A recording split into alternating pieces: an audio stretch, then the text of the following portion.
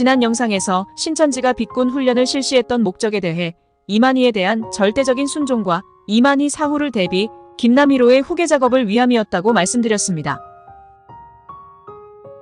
신천지는 이 비꾼 훈련을 2011년도부터 압구정에서부터 실시했고 그해 신천지 모든 지역에까지 확대시켰습니다. 이만희는 이만희대로 교인들의 절대적인 순종을 강요하는 이 훈련이 또 김남희는 김남희대로 신천지를 이어받기 위해 자기의 입지를 곤고히 할 수 있는 이 훈련이 꼭 필요했었기 때문입니다. 그렇게 신천지 전 지역에서 목적성을 가지고 실시했던 이 비꾼 훈련이 갑자기 중단된 계기가 있었는데 그것이 바로 심호온지판회에서 행해졌던 청년 정신교육 훈련입니다. 이때는 2011년도에 비꾼 훈련이 시작되고 약 1년이 지난 시점으로 한참 신천지 내에서 교주 이만희부터 비꾼 훈련을 장려하고 있었던 때였죠. 이 사건은 당시 20살이었던 여청년이 혹독한 추위 속에 강행한 이 훈련으로 인해 그 추위를 견디지 못하고 동사한 사건입니다. 이게 참 사회적으로도 대단한 이슈가 될 만한 일인데도 불구하고 현재 많이들 모르고 계시는 사건인데 그 이유가 바로 신천지 측의 조직적인 은폐 때문이지 않았을까 추측해봅니다. 이 사건이 오랜 기간 동안 묻혀있다가 8년이 더 지난 2020년 4월에 MBC를 통해 방송이 되었지만 아직까지도 많이 모르는 사건이죠. 그때의 MBC 방송 내용을 들어보겠습니다.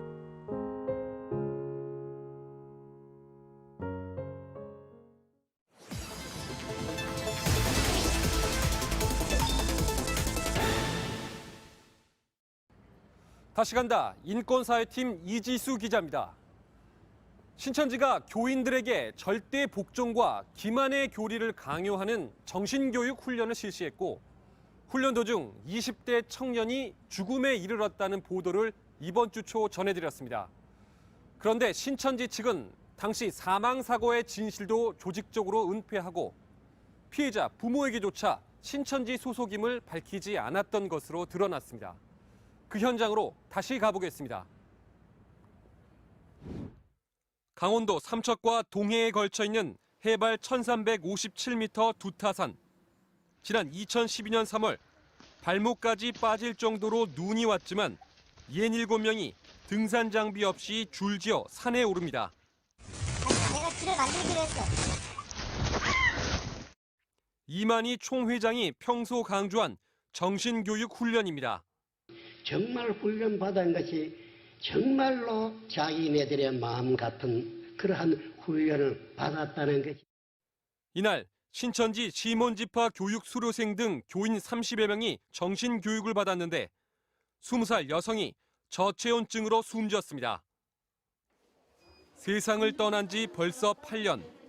어머니는 애써 담담한 듯 딸이 좋아했던 과자를 제기에 담습니다. 먹는 거라도 제대로 먹고 갔어야 되는데. 하지만 납골함 앞에선 참지 못합니다. 잘 지냈어. 미안하다 엄마가 지켜주지 못해서. 어떡하냐. 어떻게 엄마는 너를 잊을 수가 없어. 그런데 최근까지 유족들은 피해자가 신천지에 포섭됐었다는 걸 몰랐다고 합니다. 기가 막히다. 꿈에도 생각도 못했어요. 거기 얘가 그러고 있을 거라. MT 놀러 간다고 친구들하고 학교에서 그렇고 알고 있었어요. 신천지 관계자들은 사고 직후부터 합의서를 건넬 때까지 신천지 소속이라는 사실을 밝히지 않았습니다. 신천지라고 한 적이 없어요. 아무 얘기도 안 했어요. 교회만 얘기를 했거든요. 우리 어느 교회다라고만 얘기했고. 경찰 조사에서도 교회 측과 참석자들은 경기 고양시의 모 교회 소속이라고만 밝혔고 피해자는 교인이 아니라 지인을 따라 그날만 수련해 왔다고 진술했습니다. 당시 피해자와 함께 훈련을 받았던 전 교인은 모두 거짓이었다고 털어놨습니다. 그날 밤에 다 시원지파 화장 거기 9층에 모여가지고 집에 한 명도 못 가고 이유 다 맞췄어요. 강사가 이제 사회부장이랑 의논을 하고 와가지고 우리한테 이렇게 말로 맞춰. 왜냐면 그 형사들이 전화를 할 수가 있다. 또 책임은 피해자에게 떠넘겼고 외부에 알리지도 못하게 했습니다. 그 친구가 혼자서 옷을 얇게 입고 와서 그래가지고 저체온증으로 죽은 거다. 이 일을 발설하지 않겠다 각서도 다 썼어요 그때. 결국 신천지 인솔자 A씨 한 명만 벌금 500만 원 처벌을 받고 마무리됐습니다. 당시 신천지 총회 간부로 사고 보고를 받았던 김종철 씨는 총회 간부들이 지파에 파견돼 수사에 대비했고 이만희 총회장에게까지 보고했다고 밝혔습니다.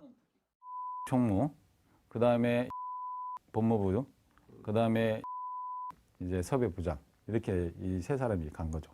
마무리하는 게 총회 총무가 이제 총회장한테 보고하는 걸로 끝나는 거예요. 교인들이 허위 진술한 건 교리 때문이라고도 설명했습니다. 매뉴얼 있죠. 왜냐하면 이제 심각한 문제가 됐을 때는 위장을 해라. 신천지가 드러나면 안 되니까 그게 이제 드러나면 이슈가 될까 봐 이제 덮은 거죠. 더 이상 발설하지 마라. 그렇게 해요. 그렇죠. 각서. 신천지 측은 이에 대해 당시 인솔자는 해외 선교 중이고 간부들은 모두 교체돼 확인이 어렵다면서도 총회나 지파는 관여한 바 없다고 밝혔습니다. 어떻게 이럴 수가 있어. 사람은 남의 집안 탓한내고 지들이 행복하게 살겠지요. 이걸 어떻게 해결해야 될지 모르겠어 진짜. 억울해 죽겠긴 한데. 유족들은 신천지와 이만희 총회장에게 공식 사과를 요구하며 법적 대응을 고려하고 있습니다. 다시 간다 이지수입니다.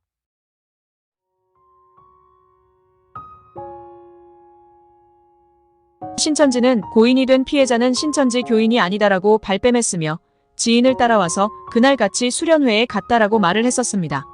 그리고 부모에게는 신천지 교회의 교인 프로그램이 아닌 대학교 MT를 따라와서 변을 당한 거라 거짓말로 이 사건을 덮으려 한 것이죠.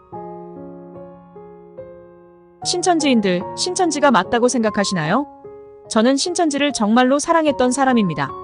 제 인생에서 신천지를 빼면 아무것도 없던지라 어떻게든 신천지를 나가지 않으려고 발버둥 쳤었습니다. 아무리 도덕적으로 윤리적으로 문제가 많은 신천지라 할지라도 말씀만 맞으면 괜찮다고 생각했었습니다.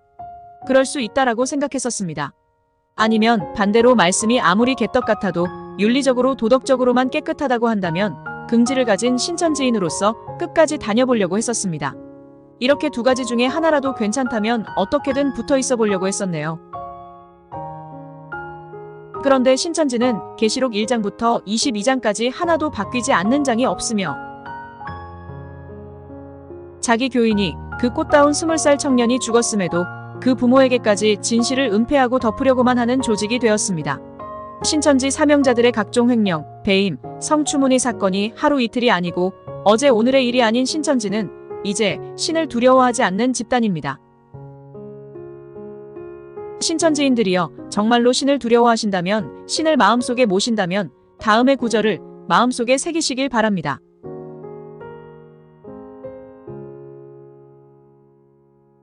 신이 나를 지켜보고 있다는데, 하나님이 나를 지켜보고 있다는데 이렇게 수없이 많은 죄를 짓고 수없이 많은 실수를 반복할 수 있을까요?